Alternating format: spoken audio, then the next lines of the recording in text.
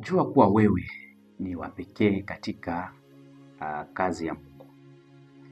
Hakuna mtu ambaye analingana na wewe, hasa zaidi katika vipawa, vipaji na karama na huduma Mungu amekupa kwa namna ya kipekee.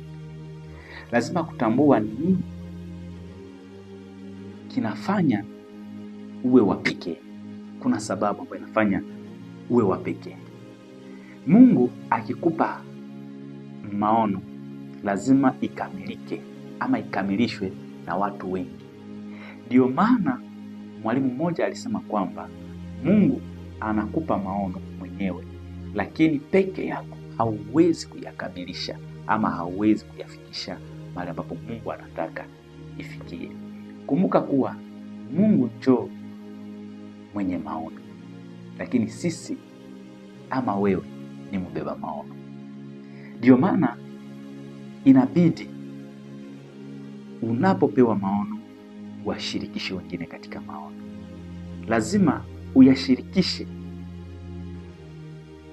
kwa wengine, waelekeze, uwaambie kwa uwazi kile Mungu amekupa kufanya na ukitekeleza, ili wale watu wakusaidie. Kumbuka, unapoeleza maono kwa watu, unapowakilisha maono vizuri kwa watu na watu wakayaelewa, kuna watu wataifanya vizuri kuliko vile wewe ungeifanya.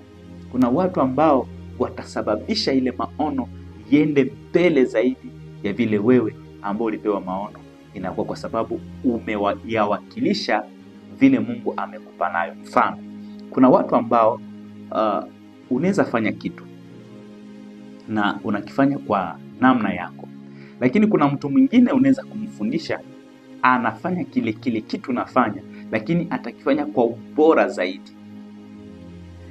Ndio maana Yesu anasema mwanafunzi anakuwa kama mwalimu, lakini hampiti mwalimu. Yaani anaweza kufanya vizuri zaidi ya mwalimu. Ndio maana maono unaweza kuiweka kwa watu, kuwekeza kwa watu, na watu wakaifanya vizuri zaidi yako wewe ambaye ulifanya. Ndio maana na sababu ya kuwakilisha maono. Maono ni mzigo. Maono ni mzigo ambayo peke yako hauwezi kuyabeba.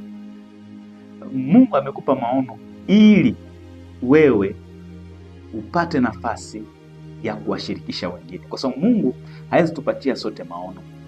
Anawapatia watu ambao naona wako na uwezo ya kuwakilisha ile maono ili ifikie watu wengi. Kwa hiyo unapopewa maono, jua kwamba ni mzigo uko nao, na huu mzigo hauwezi kuubeba peke yako. Na ukiubeba peke yako, jua kwamba utakwama njiani, na kama hutaki kukwama njiani, shirikisha wengine, mbebe nyinyi wote mzigo huu ili ufikishe mahali ambapo Mungu anataka ufike. Kuna viongozi wengi unakuta leo maono ni kama maono yake, hataki kuwashirikisha wengine, hataki kuwahusisha wengine, hataki wengine wajihusishe na maono yake. Anataka wengine tuwatumikie maono yake, lakini wasijui maono yake nini haswa lengo la maono. Ndio maana unakuta viongozi wengi wakisafiri, maono nayo inasafiri. Wakigonjwa, maono inasimama.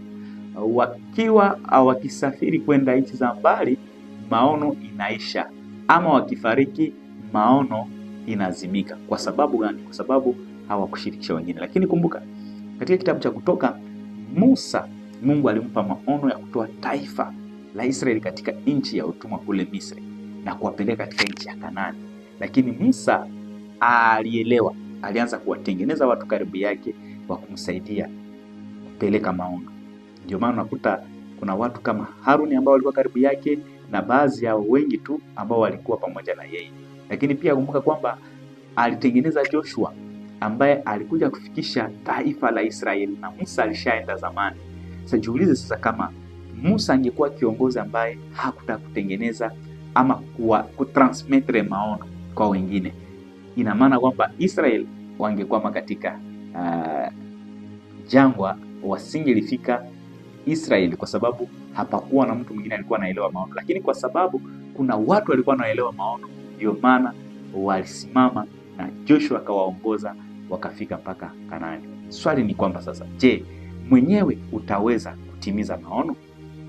Na kama ndiyo, jua kwamba itakugharimu.